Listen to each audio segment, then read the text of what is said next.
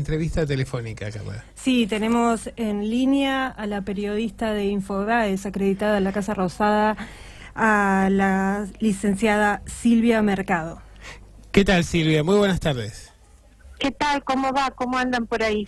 Muy bien, por suerte. Estábamos aquí con un panel de militantes de género, de feministas, que hablando sobre los temas de agenda en estos días, pero en realidad me interesaba cambiar un poco el ángulo de la información y consultarte un poco sobre tu opinión sobre el curso del gobierno nacional con esta caída bastante drástica en la imagen presidencial y del gobierno en general en los últimos 3 meses, desde diciembre en adelante, y cómo aparentemente el paro del 21 habría marcado una cierta estabilización en cuanto a la imagen de Mauricio Macri. Sí, o sea, no fue un paro, ¿no? Fue una movilización. Una marcha. Y que fue la movilización de Hugo Moyano digamos, con algunos gremios y con fuerte apoyo de las organizaciones sociales, de partidos de izquierda, del kirchnerismo, y fue una movilización, digamos, que estuvo en el centro de la agenda, se puede decir, por lo menos por una semana, tal vez incluso bastante más, lo que le dio la posibilidad al gobierno, como ya ha pasado otras veces, de cuando aparecen, digamos, los sectores o las figuras más que los sectores que se le oponen, aparecen muy en primer plano, al gobierno le termina favoreciendo. Ya ha pasado también el año pasado, más o menos a esta época, cuando se hizo una movilización también muy importante y después hubo una movilización a favor. Ha pasado, bueno, muchas oportunidades, ¿no? El problema que tiene la oposición es que no tiene figuras que sean atractivas, digamos, que sean que puedan superar la grieta, que puedan dar una imagen de transparencia, de digamos, de transversalidad, digamos, una imagen blanda. Entonces, bueno, cuando estas figuras de la oposición se le oponen, para el gobierno, bueno, es favorable. Eso el gobierno lo sabe, por eso en general nos inquieta.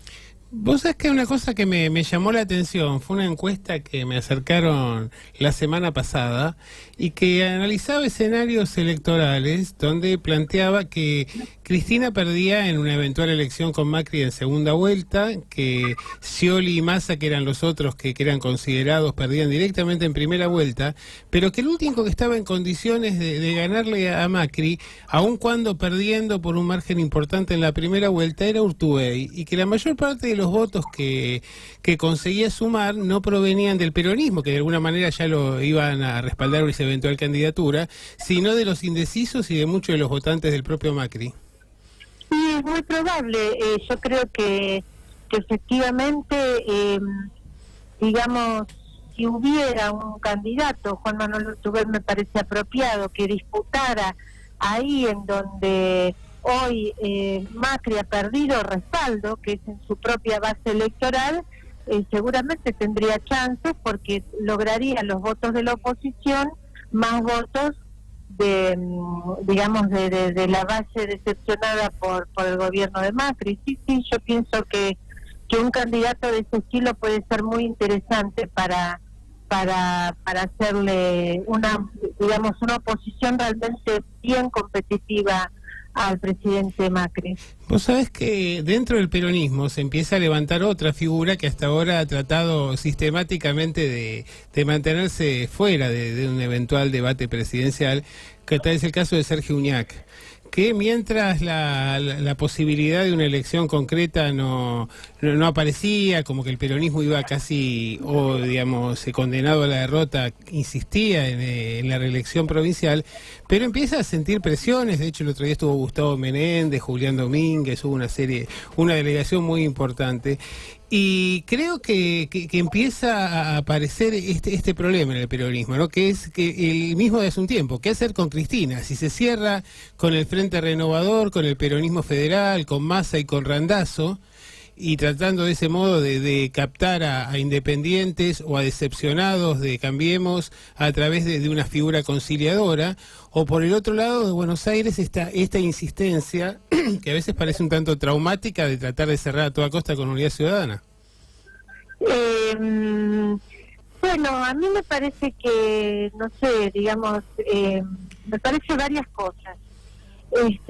Lo primero es que el peronismo, digamos, o la dirigencia peronista insiste mucho con la unidad, pero hoy la unidad es la suma de sectores y eso nunca es una opción competitiva. Realmente me parece que cada vez que hacen fotos, digamos, con dirigentes con tanto prontuario, bueno, el gobierno sonríe, esto es la verdad. Así es, sí. Y bueno, y nunca existe la verdad, lo que no tiene remedio, digamos, mientras sigan apareciendo estas figuras, bueno, el gobierno feliz. Yo creo que la opción que tiene posibilidades competitivas es una opción que está en las provincias. Vos nombraste a Sergio Uñac, nombraste a Juan Manuel Urtubey, seguramente hay algunas opciones más, que tiene que caminar posicionando su imagen sin importarle a quién suman, a quién no suman. Y bueno, y llegado el momento, digamos, si es una figura competitiva, los demás van a terminar apoyando porque no tienen más remedio. Del mismo modo en que Mauricio Macri no se preocupó en digamos, por decir de algún modo, qué sé yo, los votos de la derecha, por ejemplo, los votos militares. Los votos de los militares, o de las familias militares, o de fuerzas de seguridad, casi en forma masiva, votaron bueno, no sé, pero masiva, qué sé yo, 95%, 98% votaron a favor de Mauricio Macri. Pero Mauricio Macri nunca les habló a ellos. No, pero hay un cierto descontento, ¿no? Obviamente que ahora están mega recontra descontentos, pero ¿qué van a preferir? ¿A Cristina Scioli o a Macri? Es decir, digamos, nunca hizo campaña para ellos porque siempre supo que ellos lo iban a votar igual. Así Entonces, es. ¿para qué voy a hacer campaña? Porque sé que no va a tener otra opción mejor para votarme que yo mismo. Entonces, el candidato que sea competitivo del peronismo dentro de 2 años no tiene que pensar si junta el kirchnerismo, si junta el masismo, no, tiene que pensar en posicionarse con el discurso del siglo XXI, con esta agenda. Por ejemplo, la agenda de género es central, pero no es la única, por supuesto. Tiene que estar por encima de las corporaciones, tiene que apostar a la creatividad, a la horizontalidad, a la transparencia. Tiene que ser una agenda bien del siglo XXI.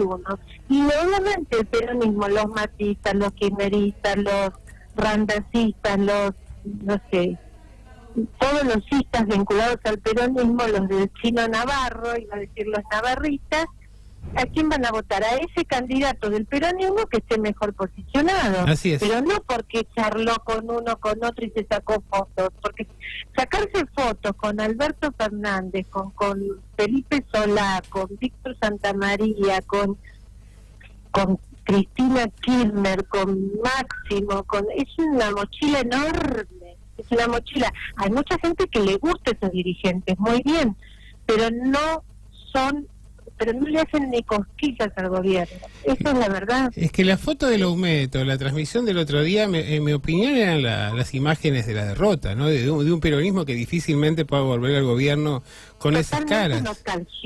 Totalmente nostalgioso y hasta resentido, porque todavía no pueden entender por qué ganó Mauricio Macri. Siguen creyendo que porque Cristina se equivocó, que puso, que dijo. O por los medios. O por los medios, o por Clarín, o porque pim pum pam. O sea, bueno, qué sé yo, toda la dificultad que tiene el peronismo por entender el fenómeno Mauricio Macri, bueno, mejor para el gobierno, la verdad. O sea, cuanto más dificultad tengan en entenderlo, cuanto más se nieguen a entender lo que es obvio y evidente, Ahí en la plaza hay alguien muy inteligente y un consultor muy, muy valioso que yo recomiendo, que se llama Mario Rodríguez, que es muy peronista. Hablen con él.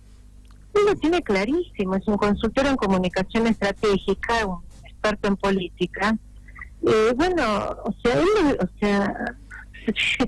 ve claramente cuál es la situación. Lo que pasa es que no la quieren, el peronismo no la quiere escuchar. Bueno, mejor, más tiempo va a estar gobernando Macri. Así es, ¿no? Parece que en los momentos de más debilidad viniera este apoyo casi inconsciente de insistir con figuras que pertenecen al pasado.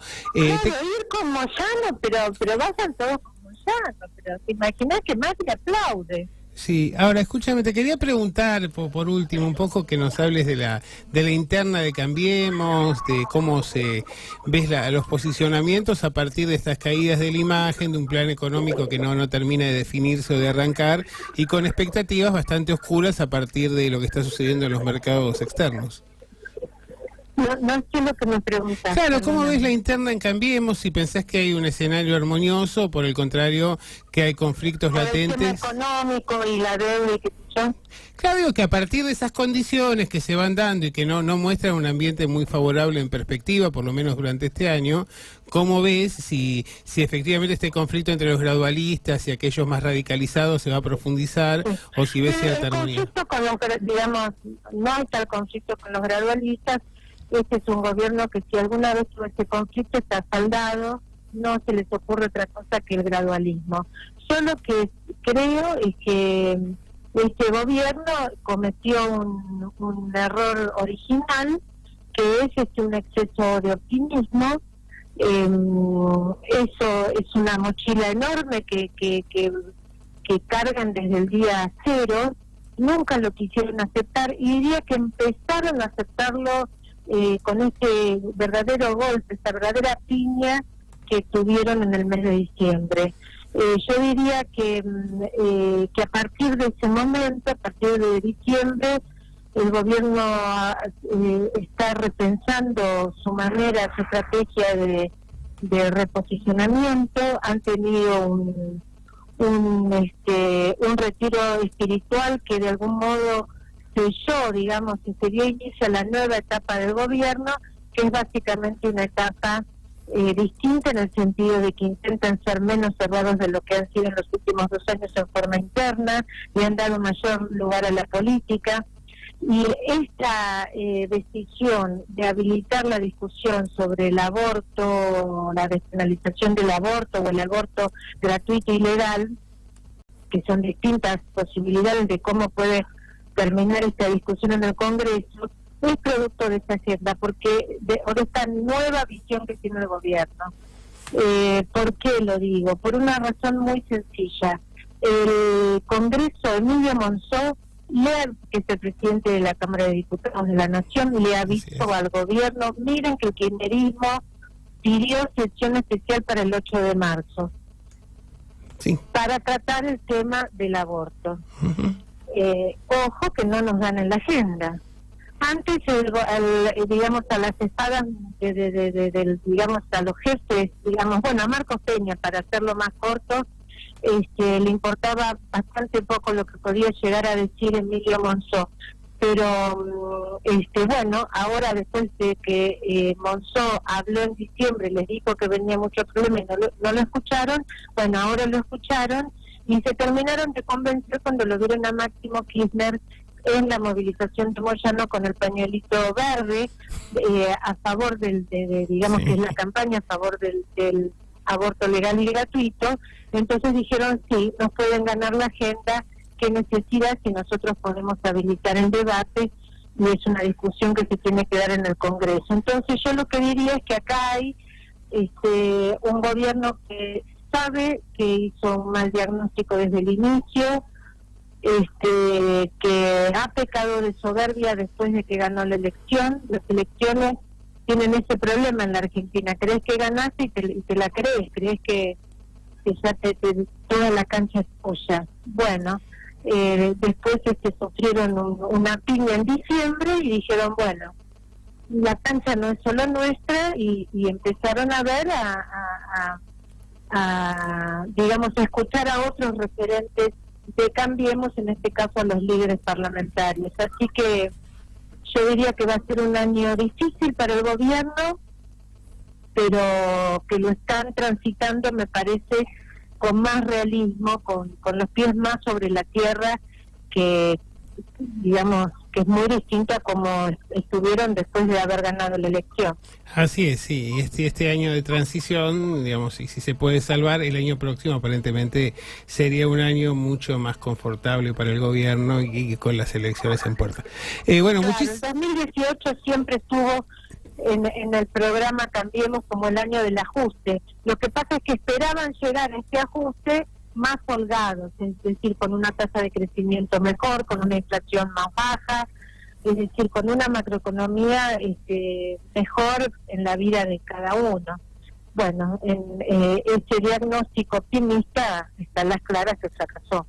Bueno, Silvia, te agradezco mucho esta comunicación y te vamos a seguir molestando seguramente en el futuro. Un encanto, gracias. Muchas gracias.